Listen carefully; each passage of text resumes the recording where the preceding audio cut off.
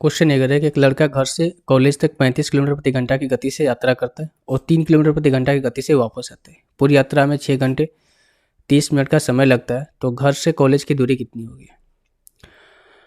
तो देखो भाई, क्या देखो यहाँ पर एक फॉर्मूला होता है S1 S2 और इनटू जो टाइम में जो गैप हो रहा है वो बटे में S1 और S2 का डिफरेंस होता है। ठीक है, तो इस पे ये जो है ना ये आ नहीं रहा है। ठीक है, इस पर क्या हो रहा है, ये आ नहीं रहा है। ये फॉर्मूला कब होता है, किसके लिए होता है? जब आपको ये दिया रहा है कि अगर 35 किलोमीटर प्रति घंटा की गति से जाए तो वो x मिनट पहले पहुंचता है, और 3 किलोमीटर प्रति घंटा से गति से आता है तो x मिनट बाद पहुंचता है। तो उस केस में ये फॉर्मूला का इस्तेमाल करते हैं। ठीक है, बहुत लोग ये सोच रहे होंगे कि इस फॉर्मूला पर हम इस्तेमाल करके ये क्वेश्चन को कर ले, तो नहीं होगा, क्योंकि ये फॉर्मूला डिफरेंट टाइप का क्वेश्चन करने के लिए, क्योंकि ये फॉर्मूला डिफरेंट टाइप का क्वेश्चन ये करने के लिए, क्योंकि ये टाइम में गैप के लिए फॉर्मूला दिया गया है। ठीक है भाई, मैं यहाँ से इस चीज़ को क्लियर कर दे रहा हूँ ताकि कोई कमेंट में नहीं पूछेगा कि ये फॉर्मूला लगाकर हम क्यों नहीं क्वेश्चन को ला रहे हैं। ठीक है, अब देखिए क्वेश्चन को करेंगे कैसे। मान लो कि एक डिस्टेंस कितना है आपका, x किलोमीटर।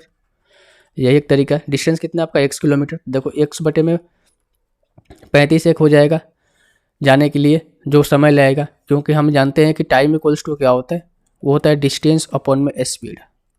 तो डिस्टेंस कितना है, x मान के रखें, और स्पीड कितना है 35 किलोमीटर, प्लस में x डिस्टेंस तो सेम ही है, x बटे में कितना हो जाएगा आपका 3, और इनका टाइम में गैप कितना कर रहा है, सॉरी टाइम कितना लग रहा है 6 घंटे 30 मिनट। इसको हम कर सकते हैं 6 सही 1/2 यानी कि 13/2 घंटे।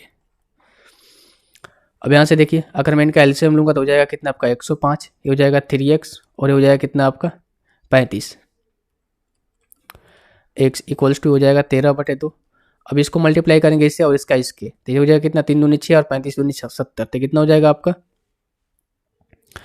76x 76x इक्वल्स टू ये कितना हो जाएगा आपका 105:13।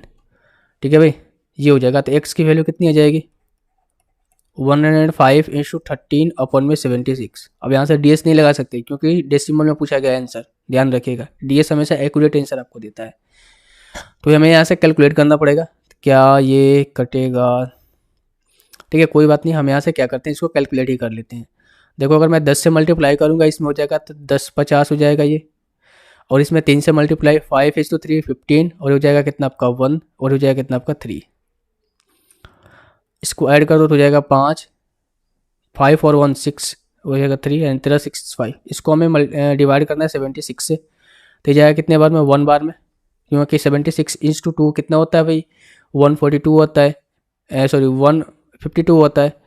ये कितना हो जाएगा आपका 76 1 बार में जाएगा, यहाँ से 0 हो जाएगा, 13 में 7 जाएगा, कितना बचा आपका 7 6 13 6 बचा। ठीक है, अब ऊपर से आएगा 5, अब कितने बार में जाएगा भाई, अब देखो 7 8 कितना होता है 56 होता है। ठीक है, और 7 7 49 होता है। अगर मैं 8 से एक ही ऑप्शन है, अगर मैं 8 से ले जाऊंगा तो 7 8 56 होता है, और 8 6 48 यानी कि 8 हो जाएगा। यहाँ पर 3 ज़्यादा हो रहा है, यानी कि हमें 7 से ले जाना पड़ेगा। तो अगर मैं 7 से ले जाता हूँ तो 7 6 42 और 7 7 49 और 4 9 4 13 53, ये वैल्यू भाई।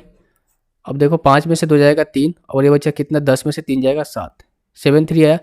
अब यहाँ से पॉइंट लगाएंगे, यहाँ पर 30 आ जाएगा। अब जाहिर सी बात है भाई, अगर मैं 10 से मल्टीप्लाई करूँगा तो 760 आएगा, अगर मैं 9 से मल्टीप्लाई करता हूँ तो वो कितना आएगा आपका 730 के आस अराउंड ही आएगा ना। तो यहाँ से आपको मल्टीप्लाई करने की जरूरत नहीं है, आपको थोड़ा सा सेंस आना चाहिए कि जो भी वैल्यू आएगी ना इसे 9 से मल्टीप्लाई करना पड़ेगा। तो 17.9 जो है अप्रॉक्स में आपका, ठीक है 17.9 जो है अप्रॉक्स में आपका आंसर आना चाहिए। ऑप्शन एक बार मैच कराते हैं 17.9। देखो एक ही ऑप्शन है, ऑप्शन नंबर 4 जो है इस क्वेश्चन का आंसर हो जाएगा। पहला ऑप्शन तो ऐसे ही कट गया था। तो 17.96 किलोमीटर जो है उसकी डिस्टेंस है, ये आपकी इस क्वेश्चन का आंसर होगा।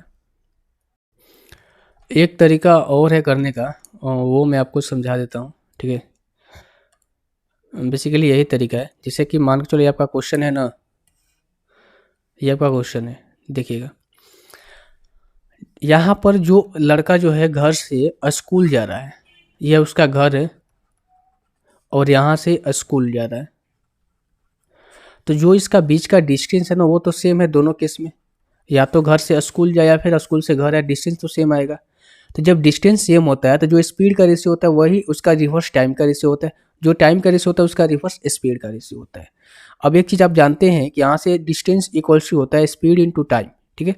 अब यहाँ से देखिए कि स्पीड का रेशियो क्या है जाते समय और आते समय, तो जाते समय 35 किलोमीटर प्रति घंटा और आते समय कितनी है 3 किलोमीटर प्रति घंटा। तो यहाँ से टाइम का रेशियो कितना हो जाएगा जस्ट इसका रिवर्स 3:35। अगर मान लो यहाँ से भाई कि जाते समय जो 3 यूनिट समय लग रहा है तो आते समय 35 यूनिट समय लगेगा। क्यों? क्योंकि आते समय इसकी स्पीड बहुत स्लो है, ठीक है, बहुत स्लो है। तो अब यहाँ से देखो टोटल टाइम कितना लग रहा है 35 और 3 कितना लग रहा है 38, और इसी के वैल्यू क्वेश्चन के अकॉर्डिंग कितनी दे रही है 6 घंटे 30 मिनट, और 6 घंटे 30 मिनट का मतलब होता है 13/2, ये होता है ना। तो यहाँ से एक की वैल्यू कितनी आ जाएगी 13/2 इंटू 38 यानी कि कितना हो जाए 76। अब ये आपका एक की वैल्यू कितनी होगी 13/76 है, यही है।